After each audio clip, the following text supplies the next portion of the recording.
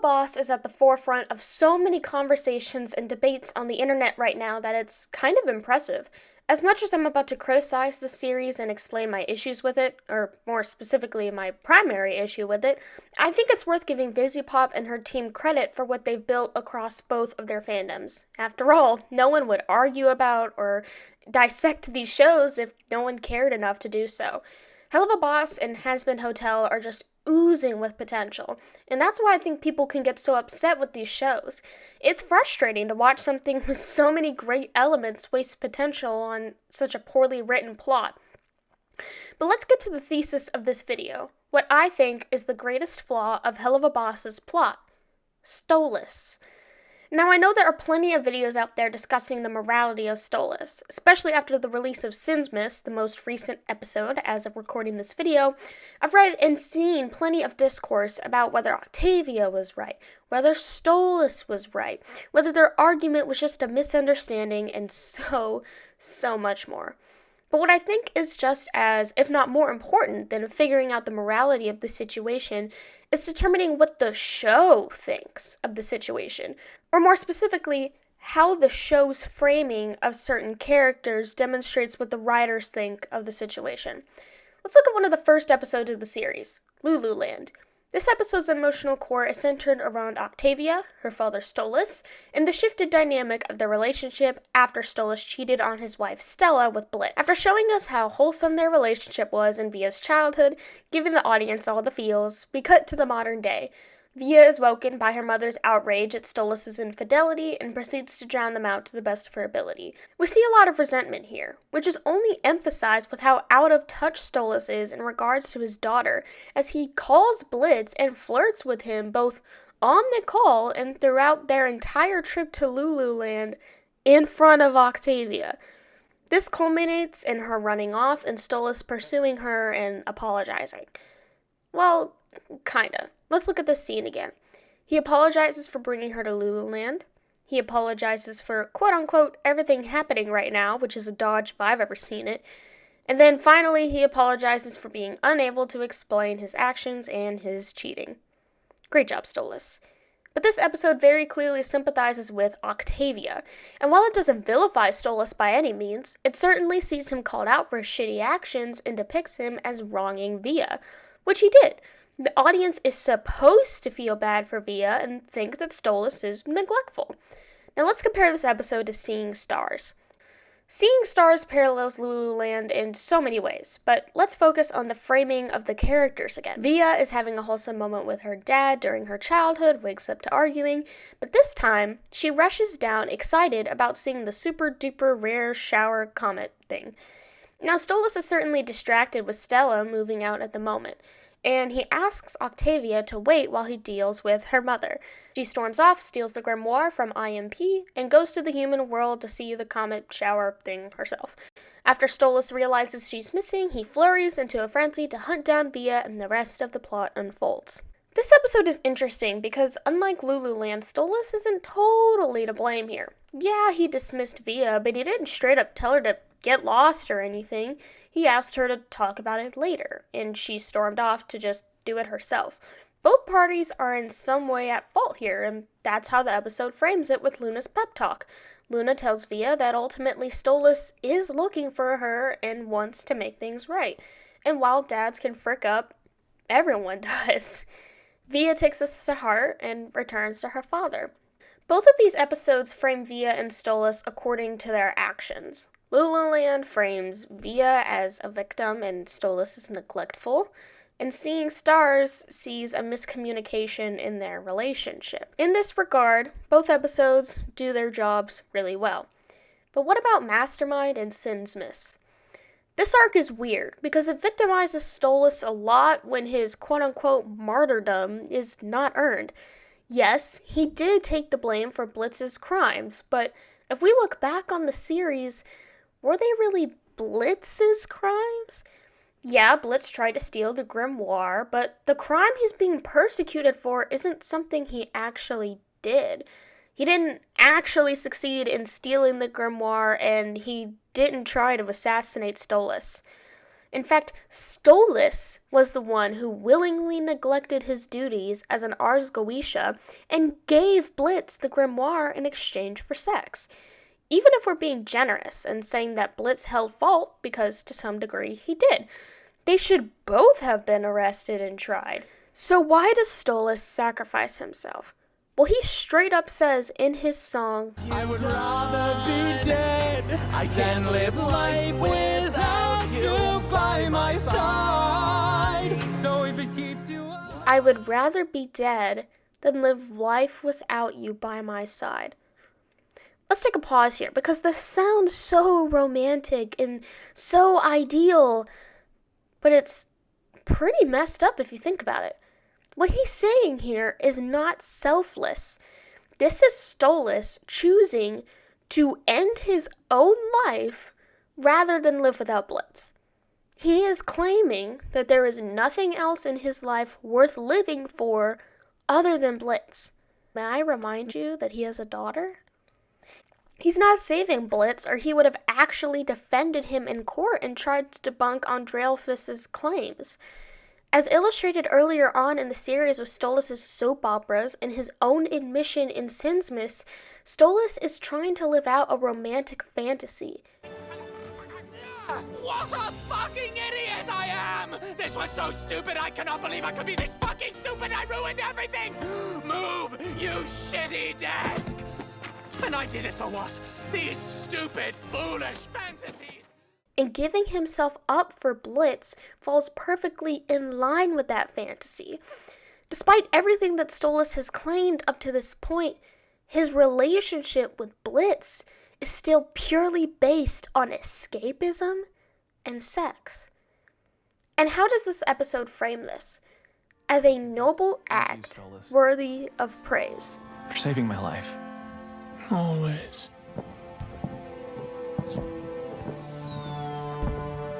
Hey, Stolas,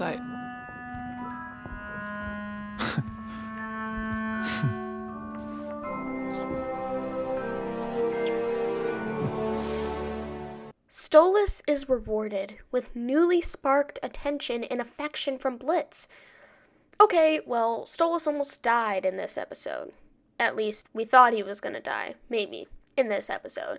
Let's cut him some slack. What about the next episode? This problem gets exponentially worse in Sinsmas, and just confirmed my worst fears. Stolas continues to lament and cry over his loss of power and privilege, and his martyrdom is further emphasized. But the worst part of this episode is how the writers treat Octavia. Initially, her framing is perfect. She's pissed that Stella won't let her talk to her father, but she's also pissed at Stolas for leaving her.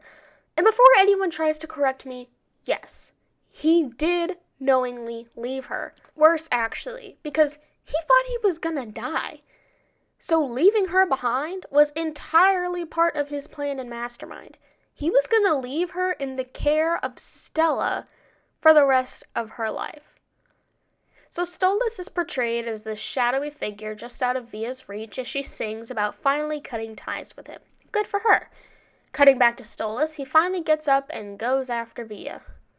Big fight with amazing animation in which Stolas is rewarded for his martyrdom again with that cheesy kiss from Blitz, and we cut to the infamous argument. Stolas is in denial about his actions here. He initially denies leaving Via before passing off blame and claiming it wasn't his choice. What? You lied to me! You said you would never leave me! You promised! Via, I didn't leave you. I would never. It wasn't my choice. She rightfully calls him out and says that he chose Blitz over her. It was your choice. You chose him. Via, no, I didn't. I had to. You don't understand. Stolas continues to deflect blame, claiming that he didn't choose Blitz, that Via just doesn't understand. But she does. Don't understand. I do understand. I understand we were never enough for you. You never loved Mother, and you don't love me. You love him. Via does understand. When confronted about his happy pills, Stolas lies again. No, never, Via, sweetie, please. You have always been the only good thing in my life. Claiming that Via has been the only good thing in his life. Which, again, is emotional manipulation because as we saw in Mastermind, he would rather die than live without Blitz. So he's just completely bullshitting her.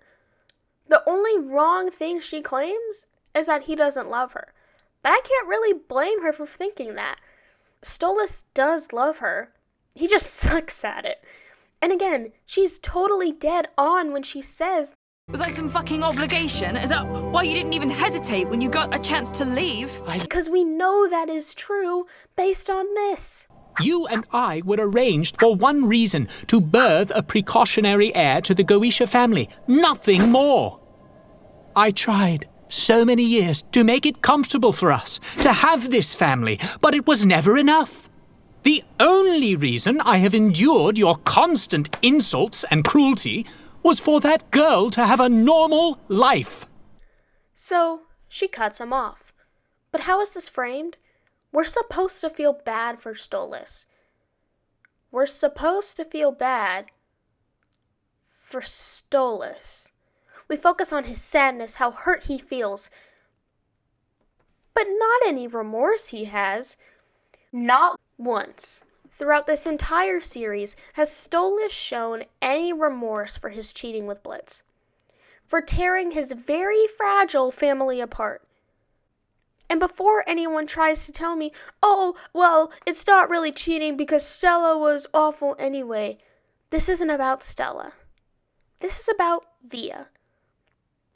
As he stated in that clip, the only reason he's putting up with Stella is for Via's sake. So if that was really his intention, why would he cheat with Blitz and throw all of his hard work away? He ruined his relationship with Via. Not Blitz, not Andrelphus, not Stella, Stolas. And the balcony scene just hammers this in. Stolas claims everything is his fault, which reads more like self-pity than an actual admittance of guilt, considering how much self-pity he was doing earlier in this episode. And Blitz responds that Via just needs time? Time for what? That implies Stolas isn't actually that bad of a dad, which we know isn't true. And then Blitz tells him that he just needs to keep trying. He's actively encouraging Stolas to cross boundaries that Via has gone out of her way to establish. What kind of message is this? And I know that victimizing Stolas was the intention here, because why else would people be reacting like this? Brave, powerful girl, I am so proud of you. You lied to me. You lied to me! Okay, Octavia. Okay. You have always been the only good thing in my life. So does that mean you just stayed miserable because of me? Was I some fucking obligation? Is that why you didn't even hesitate? Octavia, that is so abysmally far from what he was saying. That is so the exact opposite of what he was just. What a god, she's so annoying. She's so annoying and so repetitive. If I have to hear one more goddamn time, you don't love mother and you don't love me, shut up. Also, no shit, he doesn't love your mom. No shit. Why aren't we seeing Octavia's feelings towards her mom? Her mom is evil. Her mom's the worst. Octavia's the worst written character in this entire goddamn show because she's not written. She's just, they wrote one line that said Octavia hates her dad and whines about it, and for the whole show, they were like, you know what? Let's just generate lines of dialogue based on that sentence. Just to put this out there, I don't have any hate for Danny. I love him. I love his reactions. He's great. He's reading into exactly what the show is presenting to him. And based on what the show is saying, his reaction is valid. But when you step back and actually look at what's happening, this makes no sense. This is just so upsetting.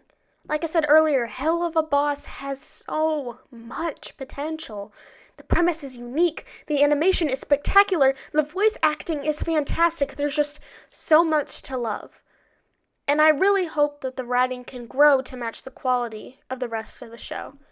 But in order for that to happen, the writers have to stop babying and victimizing their favorite characters.